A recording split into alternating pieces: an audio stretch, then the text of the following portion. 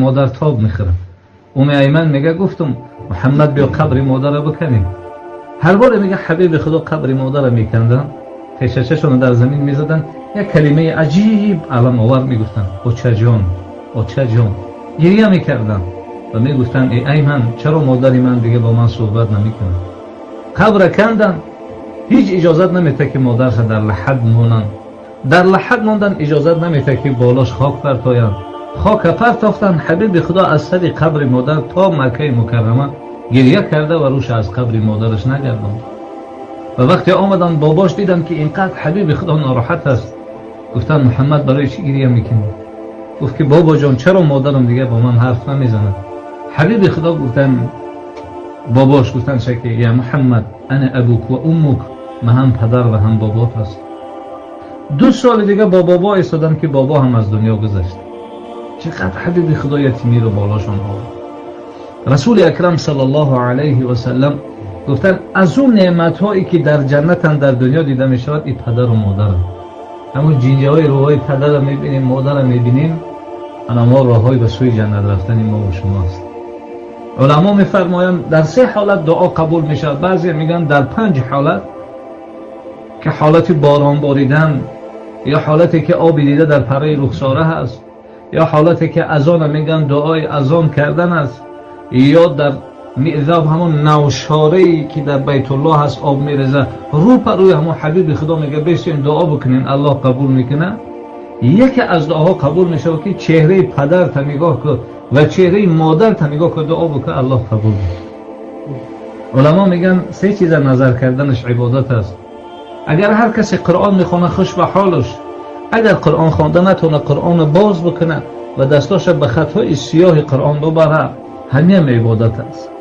و دوم نوع عبادت علما میفرمایند بیت الله را تماشا کردن خودش عبادت است. و سوم چهره پدر و مادر را نگاه کردن عبادت است. رسول اکرم صلی الله علیه و سلم در گرد بیت الله یک مسافر قد کمپیر میدید اینقدر خوشحال میشید. روزی آمد هر درک شنیدید گفتن یا کجادن؟ گفت حضرت جان اینا یک فرزند داشتن، پدرش پیشداره میکرد مسجد میورد باز مادرش. همون گفتن فرزند از دنیا گذشته است دیگه، یا کسی ندارن مسجد بیارشون و از مسجد ببرشون. حبیب خدا گفتن اگر دنیا وفایی میکرد به فرزند انبیا میکرد، وقتی این را از بین برد ما و شما را از بین میبرد. یکی از قاری ها تا حال زنده هست، گفت من بسیار ثروتمند بودم، شرایط خوب داشتم، پدرم بیمار بود، خانم ده بود، زاره میکرد که بچه‌م مرا خانه خودم ببر.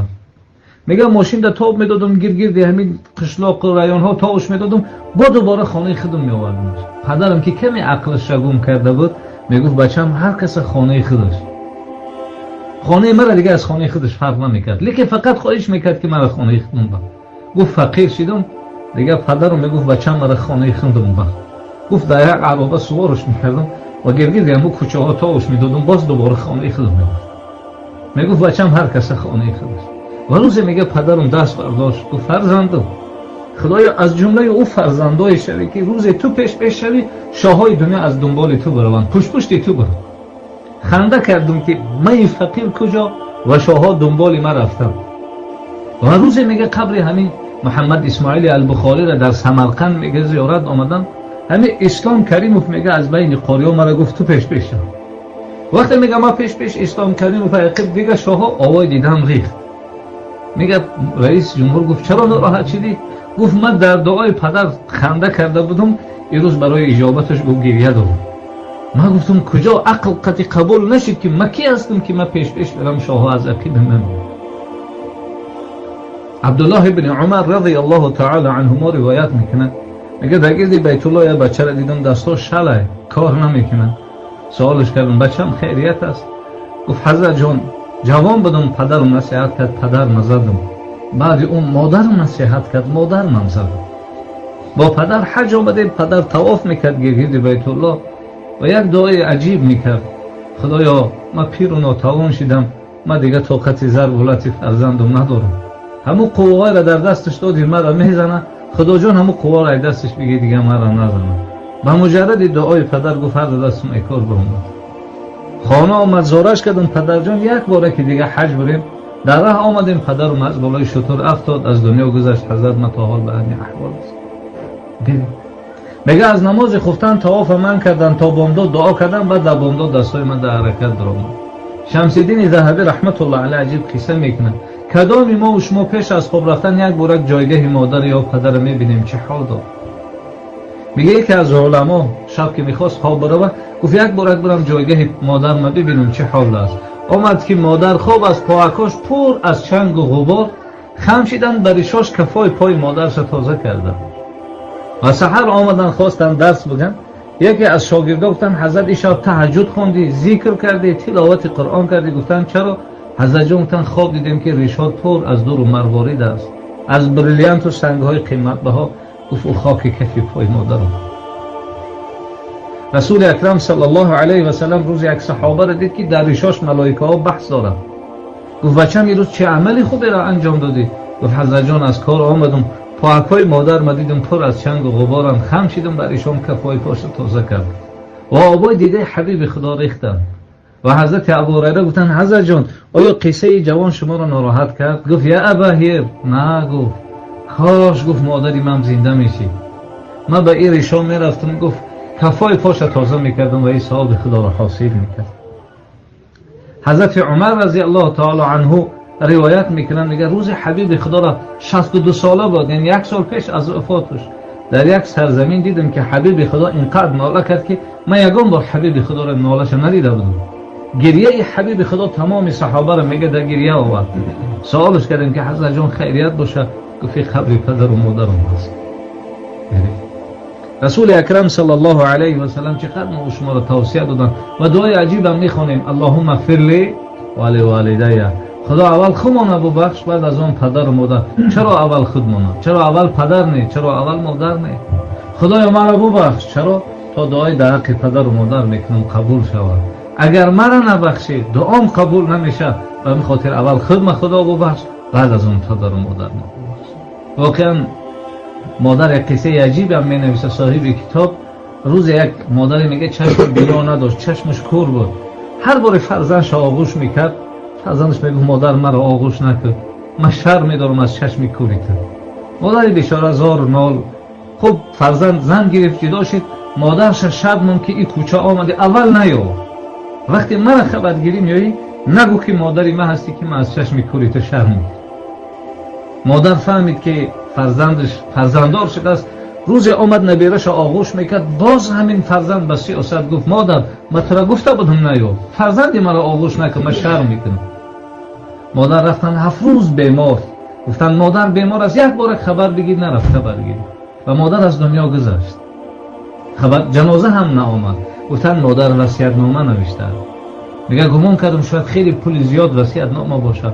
آمدم در مکتوب نوشتگی بچم یک سیری است که پنهانی است، من به کسی نگفتم.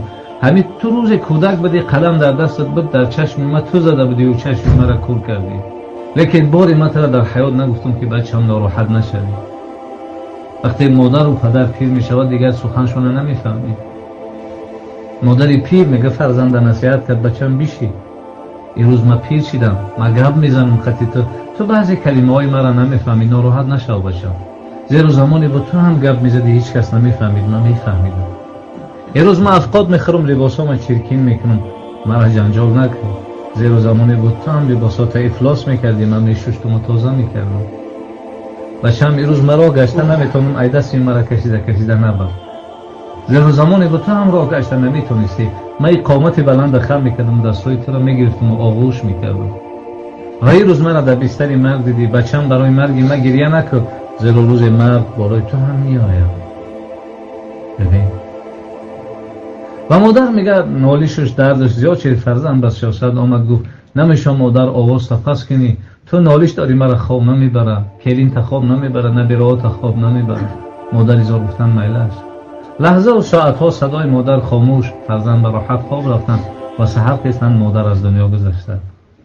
فرزند سر منزل قبرستان آمدن، اویلش مکتوب دادن که مادر جان امشب مادر پیش از وفات برای شما مکتوب نوشتن و در مکتوب چه کلمه های عجیب نوشتن. بچه جان تا این روز من هر دعا و هر خواهش از خدا کردم، برای خودم نکردم، برای تو کردم. لیکن این شب دیدم که دیگه طاقت شنیدن آوازی من نداری. امشب آخران خواهشم از خدا، همیشه هم برای خودم نمیکنم، برای تو میکنم. خداوند جان مرا بگیره که تو آرام خواه روی، من دیگه تو را ناراحت نکنم. پدر و مادر برای مرگ خود راضی‌اند، اما برای ناراحت شدن من و شما راضی نیستند. و همین خاطر وقتی آماده، وقتی طولانی تان نگیرم، از پروردگار منان دعا بکنیم و خواهش بکنیم. ببین که پیامبر صلی الله علیه و سلم گفتند از آدم مظلوم بترسین. اتق دعوت المظلوم فانه لیس بینه و بین الله حجاب. آدمی که مظلوم است، بیمار هست، از او بترسین، خواه کافر باشد، زیرا بین او بین خدا یگان پرده ای نیست. هر دعای بکنه قبول میکنه. تصور بکن که اگر مادری مظلوم داشته باشید، تصور بکن که اگر پدری مظلوم داشته باشید، چقدر دعای اونا در حق من و شما قبول میشود.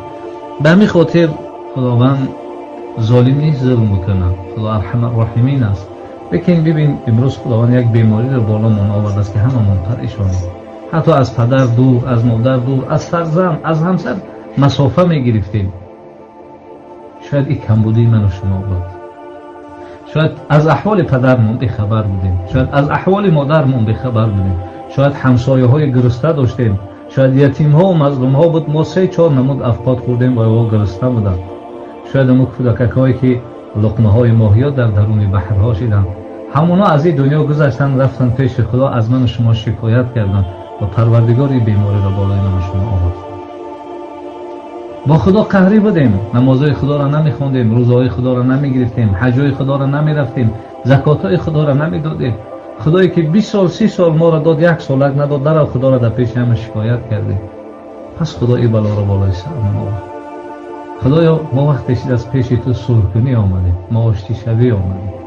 خدای چگونه اونو بنده ها دعا کردن این بلا را بالای سر ما آوردی، ما دعا میکنیم خدای بلا را از سر ما بگرد و از سر ما دور بگردونش یا رحمت. خدایا از ما پدر و مادر گذشته باشه، رحمت و مغفرت، خصوصا از این خاندان. پروردگارا اگر پدر و مادر ما تا حال در سوال و جواب گرفتار باشند، خدای سوال و جوابشون آسان کنه. اگر قبرشون تاریک باشه روشن کنه، اگر قبرشون تنگ باشه واسع، و اگر قبرشون چای دوزخ باشه باب جنت بگردون. خدایا تو خدای مایی، ما راضییم، اما ما هم بنده‌ای هستیم، تو هم ما راضی باش. خدایا پیغمبر را برای ما آوردی، ما قبولش داریم، ما را همچون امتی او قبول کن. خدایا دین اسلام را برای ما آوردی، ما قبول داریم، ما را همچون مسلمان قبول کن یا ارحم الراحمین. پروردگارا حقیقت بزرگ هستی، کافر 100 ساله را به لا اله الا الله نمیبخش. خدایا ما در همین دنیا اقرار میکنیم گناه زیاد داریم. خدایا ما روز قیامت میریم پیش تو، هیچ چیزی نداریم. اگر میریم امید به رحمت تو و شفاعت پیغمبر داریم. در همین دنیا الله ما اقرار میکنه. خدایا روز قیامت ما را از گناهامون نپرس. خدایا روز قیامت ما را اگر سوال میکنی به غفاری و رحمت سوال بکن و قهاری و غضبت ما را سوال نکن. پروردگار روز قیامت اگر تو به سوی ما غضب بکنی، ما تو را از رحمتت میپرسیم رحمت. اگر به سوی ما قهر بکنی، از مغفرتت میپرسیم. اگر عیبهامون آشکارا بکنی، از ستارت میپرسیم یا ارحم الراحمین. پروردگار ما را در این دنیا رفیقی با پیغمبرت نصیب نکردی، پیروی را نصیب کن. خدای پیغمبرت آرزو کرده بود کاش که یک بار ما را میدید، کاش که این آرزو را ما میکردیم که یک بار پیغمبر را میدیدیم. خدایا اگر پیغمبر میدونست ما یک گناه میکنیم، شاید آرزوی دیداری ما را نمیکرد. خدایا با کمبودی ما نگاه نکن، به آرزوی حبیبت نگاه کن. خدایا کاری تو به حکمت نیست، هر کاری تو یک حکمتی دارد. اگر حالا رسول الله وجود میداشت، شاید ما قطعی برادرها چشممون طاقت تماشاش نداشت، شاید قلبمون از حرکت میموند. خدای روز قیامت ما را چشمی بده، قلبی بده، طاقت دیدار خودت و طاقت دیدار حبیبت باشه. خدای خودت وعده کردی جنتی ها هر خواهشی داشته باشن اجرا میشه. خدای اگر در تقدیر ما جنت باشه، ما یک خواهش داریم، ما را قطعی همین اکامون جنت بود. پروردگارا خودت وعده کردی که اگر جنتی ها هر خواهش داشته باشن اجرا میشه. خدایا در تقدیر ما اگر جنت باشه یک خواهش داریم، روز قیامت ما را اجازت بده محمد صلی الله علیه و سلم صحبت کنیم. درد دل زیاد داریم، غم‌های زیاد داریم، گفته‌های زیاد داریم، و ما را اجازت بده بگیم محمد ما تو دوست می‌داریم. از پدرمون هم زیاد دوست می‌داریم، از مادرمون هم زیاد دوست می‌داریم، حتی از جان عزیزی خودمون زیاد دوست می‌داریم. خدای روزی که اومد ما را از دستان مبارکش اجازت بده از حوض کوثر آب بخوریم و وقت ما را اجازت بده با او ما جنت بریم. پروردگارا تمام بیماری ها را شفای کامل عاجل نصیب بده. و مادری هست بیمار هست، زمان و مهلت های هست بیماری و فرزنداش در خدمتش هستند، برادرها دعا کنیم که خدا مادری وارم شفا عطا بده. خدا تمام مادرها را، خصوصا مادری هست که در بیمارخانه های همین جمع خواب است و الحمدلله از بیمارخانه هم برآمده است، دعا بکنیم که الله شفای کامل عاجل و فرزنداش که خدمتاش میکنند خداوند خدمتاشون قدر و در نامه اعمالشون نوشته بگردونه و پروردگار از این خاندان پدر مرحومشون رحمت و مغفرت و ارواحش از فرزنداش، از خویش و تبار، از یار و برادرها شاد و مسرور بگردونه و ارواحش در بین ارواحها سربلند و از خوشحالی ارواح پدر مرحومشون تمام اهل قبرستان خوشحال بگردونه و عاقبت کار هممون بخیر. و صلی الله و سلم علی سیدنا محمد صلی الله علیه و سلم والحمد لله رب العالمین برحمتك. السلام علیکم. مرحوم